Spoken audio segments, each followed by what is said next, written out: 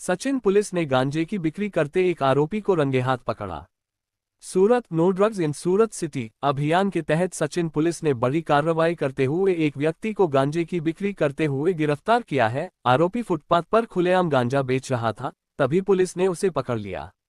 Police ने आरोपी विजय अशोक भाई बेशानी को हिरासत में लेकर उसके पास से 88 ग्राम से अधिक गांजा बरामद किया है, जिसकी बाजार कीमत 4,400 रुपये से अधिक बताई जा रही है। फिलहाल पुलिस आरोपी से पूछताछ कर यह जानने की कोशिश कर रही है कि वह ये नशा कहां से लाता था और आगे किसे बेचता था।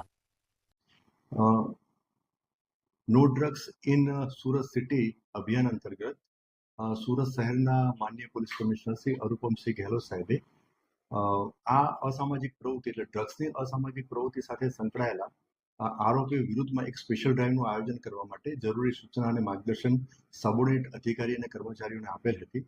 તે અનુસંધાને સેક્ટર 2ના જેસીપી માન્ય શ્રી કે એન ડામોર સાહેબ અને ઝોન 6ના ડીસીપી માન્ય શ્રી રાજેશ પરમાર સાહેબે જરૂરી અને સૂચના અને માર્ગદર્શન આપેલ હતી. તે અનુસંધાને સચિન પોલીસ સ્ટેશનના ડિસ્ટાફના પોલીસ કર્મચારીઓને એક સ્પેસિફિક બાતમી મળેલી હતી કે સચિન વિસ્તારમાં એક જૂનું સ્લમ બોર્ડ વિસ્તાર જે છે ત્યાં મેલડી માતાનું મંદિર છે, એની બાજુમાં ફૂટપાથ છે.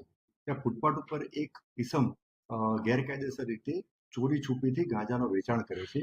આ સ્પેસિફિક બાતમી આધારે જે કાયદેસરની કાર્યવાહી કરવાની હોય સચિન પોલીસ સ્ટેશનના police inspector Shri PN Vaghela અને એમનો સ્ટાફ અને સરકારી પંચો સાથે બાતમીમાં જે મળેલું હતું જગ્યા ત્યાં જગ્યાએ પહોંચી અને ત્યાં બાતમીમાં જે વર્ણનવાળો ઈસમ મળેલો હતો તે ઈસમ ફૂટપાથ ઉપર મળી આવતા તેની અંગઝડતી કરતા તેના પેન્ટના ખિસ્સામાંથી એક પ્લાસ્ટિકની કોથળી મળી આવેલી હતી અને એ પ્લાસ્ટિકની કોથળીમાં બીજી એક પ્લાસ્ટિકની બેગ મળી આવેલી હતી અને એમાં ગાંજા જેવો એક વનસ્પતિજન્ય પદાર્થ મળી આવેલો હતો જે આછા ભૂખરા રંગનો હતો અને પાંદડા, ડાળખા અને બીજગ્રસ્ત હતો અને એની પરીક્ષણ કરવા માટે સ્થળ ઉપર એફએસએલના અધિકારીને બોલાવવામાં આવે.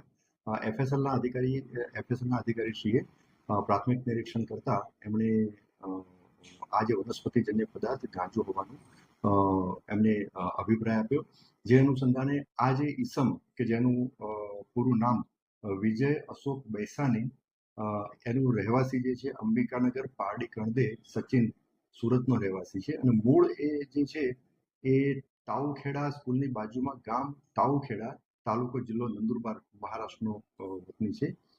આ ઈસમના વિરુદ્ધમાં એનડીપીએસ એક્ટ હેઠળ એક ગુનો રજીસ્ટર કરવામાં આવેલો છે. આ આરોપી વિરુદ્ધ